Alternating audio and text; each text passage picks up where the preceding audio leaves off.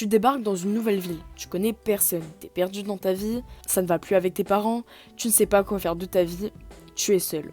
Et tu cherches juste à être heureux et libre. Salut à tous, aujourd'hui on est parti pour une analyse tome 1 que j'ai terminé en avril mais que je n'ai jamais écrite. Du coup c'est parti pour la présentation tome 1 d'un de mes mangas préférés, Bakuon Reto. Bakuon Reto est un seinen autobiographique de Tsutomu Takahashi, qui est aussi l'auteur de Sido, Neun ou Black Box. Ce furio est édité en France par Kana et au Japon par la Kodansha. Cette œuvre est sortie en 2002 et s'est terminée en 18 volumes. Tokyo, 1980. Les parents de Takahashi, très soucieux de son avenir, ont déménagé dans un quartier plus tranquille de Tokyo afin de séparer Takahashi de ses mauvaises fréquentations. Pourtant, ils ne tardent pas à se faire des amis. Et dans ce bled paumé, leur seule occupation, qui les fait vibrer, sont les rassemblements de motards et les courses illégales et impressionnantes de motos. Takahashi tombe directement amoureux de cet univers, qui est la seule chose qui le fait vibrer. Il devient même prêt à tout pour faire partie de ce gang. Voilà le récit autobiographique d'un jeune en pleine quête d'identité et qui cherche une raison de vivre. On va commencer par parler de l'édition. Déjà la cover, elle est vraiment pas belle. Elle est sombre et ne met pas en avant ni les personnages, ni l'univers, ni même le titre. Les couleurs sont mal choisies et c'est dommage parce que ça donne pas envie de commencer l'œuvre.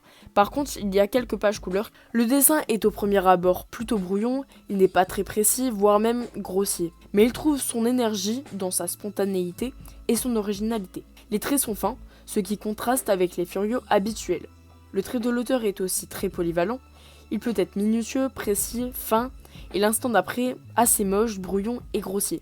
Par contre, le dessin de Takahashi n'est peut-être pas le plus beau, mais en ce qui est de transporter et de transmettre les émotions de ses personnages, c'est peut-être le meilleur. En un regard, un sourire, l'auteur arrive à nous glacer le sang, nous rendre tristes ou autres. Le manga tire aussi clairement sa force, entre autres dans ce qui est de partager des émotions intenses. Le dessin sait aussi être détaillé tout en restant simple.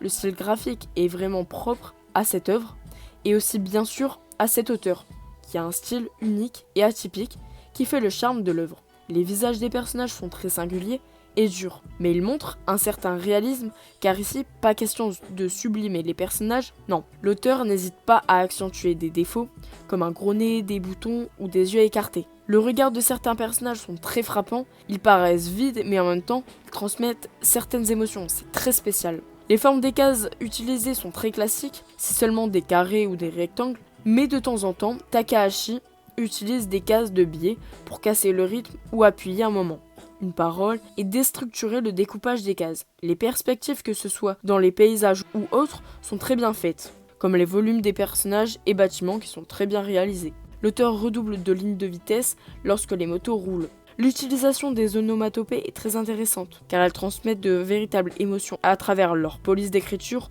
ou leur taille, comme la peur, la colère, mais aussi la vitesse. L'auteur n'hésite pas à abuser sur les effets d'ombre pour redonner un rendu unique, spécial et qui dégage une atmosphère old school. Les doubles pages sont incroyables, elles nous transportent complètement dans cet univers et à cette époque, à travers l'énergie qui déborde des traits de l'auteur et de la singularité des dessins, mais aussi de par leur fluidité, dynamisme, et c'est aussi dans ces doubles pages que Takahashi expose clairement son style graphique aquarelle.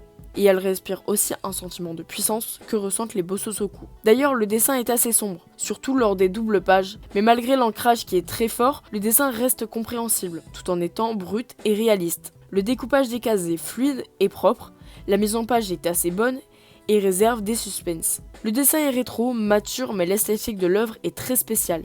Il n'est pas facile d'accès et peut-être repousser certaines personnes au premier abord. Les plans et angles de vue sont toujours très judicieusement choisis pour mettre en avant un personnage, un regard, et donc transmettre un sentiment. Et l'auteur arrive toujours à les varier énormément. Malgré l'édition de Kana, qui est un peu bancale, la maison d'édition ne s'en fout pas de nous, parce qu'en plus des pages couleurs au début, on en a aussi intégré dans le manga. D'ailleurs, je trouve que ces pages couleurs apportent vraiment quelque chose en plus à l'atmosphère du manga. Les couleurs choisies ne sont pas anodines, elles sont souvent dans des tons monochromes, assez froids, pour rappeler la dure réalité de l'univers. Bref, le dessin est super détaillé. Comme les motos qui paraissent réelles, on voit vraiment que l'auteur est un passionné. Et les ambiances nocturnes ont une atmosphère véritablement unique, qui est sublimée par le trait vif et dynamique et brut de l'auteur, qui donne une dimension complètement différente à cette œuvre. Et même si son dessin n'est pas le plus beau, Il a une véritable singularité dans son trait. Bref, on est parti pour la vraie analyse de l'œuvre. Pour commencer, on capte direct le cadre spatio-temporel et les classes sociales qui vont être mises en avant. Car ici, on va parler de la classe populaire. On va vraiment voir la réalité de la vie et non les immenses buildings et la luxure des beaux quartiers de Tokyo. Parce que Bakuon Reto est aussi une œuvre sociale qui se déroule dans les années 80 où l'économie du Japon est en hausse, mais ce n'est pas la même chose sur le plan humain. Il y a aussi une fracture entre l'ancienne génération et la nouvelle qui est plus que présente. Et c'est dans cet univers oppressant où les jeunes suffoquent de toute la pression qu'engendre cette société que certains se refugent chez les Bosozoku. Ce mode de vie devient la véritable liberté recherchée par certains jeunes. Et c'est d'ailleurs la raison pour laquelle Takahashi est fasciné par cet univers. C'est grâce à cette culture qu'il construit son identité et grandit en tant qu'homme. Ce furieux est un ovni, il s'écarte énormément des furieux habituels, ils paraissent plus matures, bien qu'il évoque les mêmes thèmes. Il le fait différemment et de façon plus réaliste. Le protagoniste change lui aussi énormément, il ne paraît pas bête ou quoi, au contraire, il paraît plus mature, réfléchi, mais tout en restant tourmenté, marginal, anticonformiste et aussi plein de bonnes valeurs. En parlant du personnage principal, il est très solitaire. Tourmenté, il nous évoque énormément toutes les pensées, sentiments et souvenirs qui le traversent, ce qui nous permet de capter directement le personnage. En plus, il est très facile de s'identifier à lui, c'est un adolescent qui ne trouve aucun sens à sa vie, il est triste, il est perdu, il doute, et a peur pour son avenir. Et tous ces éléments font que dès les premières pages, je me suis identifiée à 100% à ce personnage. Par conséquent, je me suis sentie directement attachée à lui, et toutes ces émotions font écho à notre génération, où la dépression, l'anxiété et le suicide font des ravages. Le protagoniste paraît aussi vide, voire inanimé, comme si son âme était partie, à l'image d'une phrase assez connue de XXXTentacion qui pourrait résumer cet état. I feel like I'm dead. But you're not. I'm alive, but I'm dead. Why do Le protagoniste est balancé et perdu entre le fait de se ranger et de suivre les ordres de ses parents qui font tout pour le remettre dans le droit chemin, mais par conséquent être résigné à s'ennuyer et à vivre une vie monotone classique où il suivra le schéma études, boulot, mariage, enfant, ou alors la liberté qu'offre le monde des Bosozoku avec les amis, donc l'amitié, la passion, les sensations, la vitesse, mais par conséquent être rejeté de la société car considéré comme marginal, et aussi décevoir ses parents, mais aussi mettre en péril son avenir, voire sa vie. Bref, il est clairement tiraillé entre ses travers qui sont d'être un furieux, de se bagarrer, etc. et entre le rêve de ses parents. D'ailleurs, le cadre familial est très important dans ce manga. Il est clairement le reflet de l'oppression et des stéréotypes des adultes envers les jeunes, qui rêvent de liberté parce que l'un des principaux sujets de l'œuvre est le rejet d'une quelconque figure d'autorité. L'auteur montre clairement le mépris et l'incompréhension des adultes envers les jeunes. Ce furieux a un aspect beaucoup plus dramatique et terre-à-terre que les autres. On suit de nombreux jeunes qui rejettent différentes formes sociales, comme le patriarcat.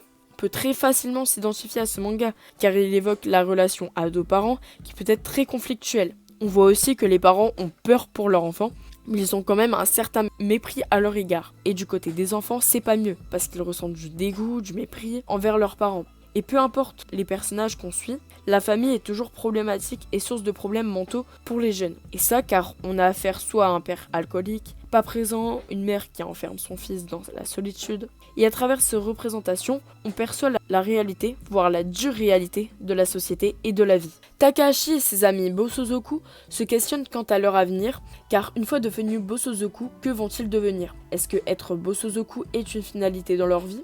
Et c'est clairement cet aspect qui fait la différence de ce manga. C'est aussi dans ces aspects que l'on voit la vraie maturité de l'œuvre, car ces sujets ne sont jamais évoqués dans un furieux classique, alors qu'ils font complètement partie de la vie de tous les furieux et Bosozoku. Et je pense que tous ces aspects ont été évoqués, car Takahashi a complètement vécu cela, et donc il retranscrit ses peurs et doutes qu'il a pu vivre à travers Takashi. Car il se remet tout le temps en question sur sa vie, son futur, ses rêves, sa force, ses faiblesses, ses peurs, etc. Du coup, on s'identifie facilement à tout ça, et car c'est au fond un ado banal qui a une vie très simple et ennuyeuse. D'ailleurs, il y a beaucoup de monologues où le protagoniste nous parle de ses pensées, mais ce n'est pas dérangeant. Au contraire, car dans ce manga, les personnages ont une très grande importance et tous ces monologues nous permettent de cerner le personnage, sa vie et ses difficultés. D'ailleurs, le protagoniste me fait énormément penser à Joe dans Ashita no Joe, car il est solitaire, perdu, il est méprisé par les adultes et rejette toute forme d'autorité.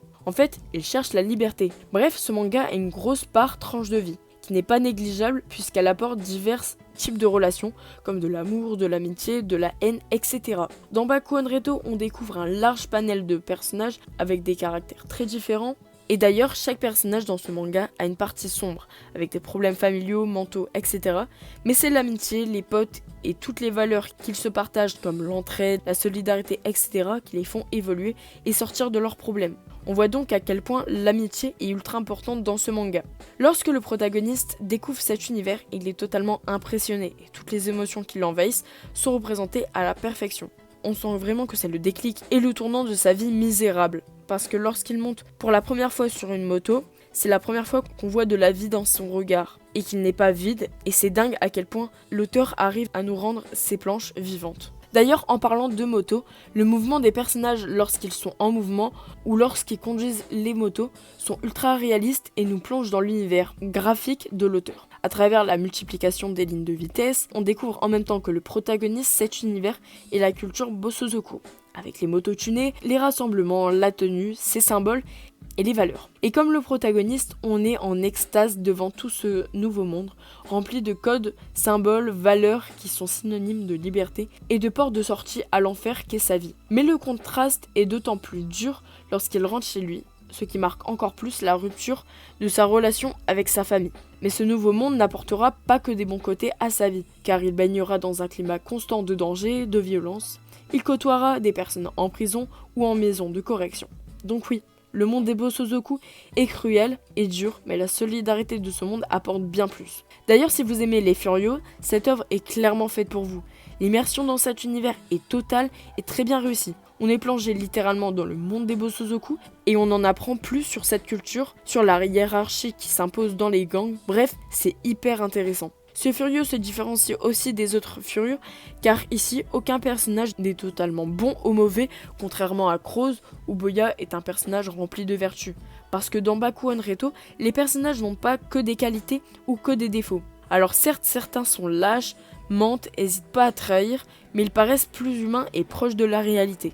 Bref, l'auteur n'hésite pas à montrer la monstruosité de certains personnages. Ce Furio se différencie aussi des autres par son réalisme, qui est d'ailleurs un point positif, car il n'y a pas d'artifice inutile, on a même l'impression de plonger dans le journal intime de l'auteur. Mais on remarque surtout son réalisme dans les persos, car il n'hésite pas à fuir ou à faire preuve de lâcheté pour se sauver, contrairement par exemple à Boya, qui lui va se battre même s'il est seul face à 100, 200, 500 ou 1000 personnes. D'ailleurs, il n'y a pas énormément de bagarres comparé aux autres Furios, parce qu'ici la force du manga réside dans les dialogues et interactions entre les personnages, mais aussi dans les monologues du protagoniste. Du coup, ça montre encore le réalisme de l'œuvre, parce que les personnages se battent pas tous les 5 pages. Et en plus, les combats sont réalistes et pas extrapolés, les flashbacks sont bien intégrés, on n'est pas perdu et ils ne sont pas inutiles, parce qu'ils permettent de mieux comprendre certains personnages, leurs caractères, leurs ambitions et relations avec les autres. D'ailleurs, on est pris de compassion pour la mère de Takahashi, car on peut comprendre sa peur et c'est aussi l'une des seules qui essaye vraiment d'aider son fils.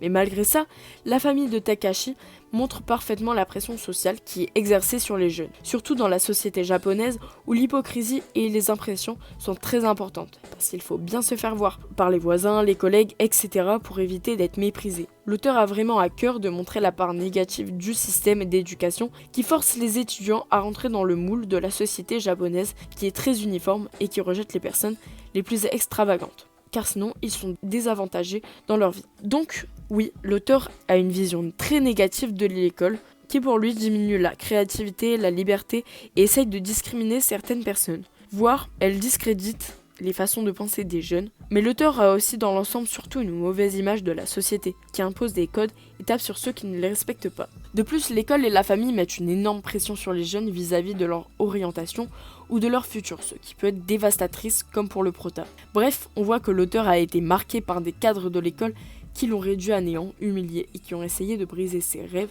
ce qui montre un réel mépris des adultes qui n'essayent pas de comprendre et de s'adapter à certains jeunes, ce qui peut avoir comme conséquence un manque de confiance. Bref, tous ces facteurs se passent à la fin de l'adolescence quand on commence à entrer dans le monde adulte. Et je pense que beaucoup de personnes peuvent s'identifier à cela, que ce soit actuellement ou vis-à-vis de leur passé. Dès le début du manga, l'histoire est très intense, que ce soit pour le protagoniste qui change d'émotion d'une seconde à l'autre en passant par la peur, le stress, l'humiliation, la tristesse, mais aussi l'excitation. Il comprend la dure réalité de la vie, mais aussi du monde des furieux, où tout le monde veut le briser. C'est aussi dans ce nouveau monde que le protagoniste va découvrir ses vrais amis qui n'hésiteront pas à le défendre et qui le feront grandir, ainsi qu'ils le feront évoluer. D'ailleurs, à l'image de Psycho dans Gang King ou Hiroshi dans Drop, Takahashi découvre ce monde, mais il est très faible. Il doit donc prouver et se faire une réputation à travers des bagarres. Et ça c'est cool, parce qu'on va pouvoir clairement suivre son évolution. D'ailleurs, au début, Takahashi peut paraître timide, mais peu à peu, il gagne en confiance et grandit en tant qu'homme, mais surtout en tant qu'humain. Et ce changement de mentalité se fait aussi physiquement, comme par exemple avec sa coiffure style banane qui est un symbole des furieux. Bref, au fur et à mesure du tome, on sent l'impact de la découverte de ce monde qui change notre personnage, qui commence à prendre conscience de nombreuses valeurs comme la solidarité. Ah oui, j'ai oublié un point, mais c'est que les personnages féminins ne sont pas relégués à leur physique, et certaines ont même une touche furio, et ça c'est cool. Bref, ce manga montre la simplicité d'un jeune à trouver le bonheur, voire même à trouver sa raison de vivre, car dans ce système capitaliste, il se contente de peu, et ça nous montre que le plus important ne réside pas dans l'argent, mais bien dans la simplicité et les amis. Merci beaucoup d'avoir regardé cette vidéo et un grand merci pour les 1000 abonnés. Désolée de pas du tout être régulière en ce moment, mais je préfère privilégier la qualité à la quantité. Passez une excellente année 2023 et bonne journée, bonne soirée.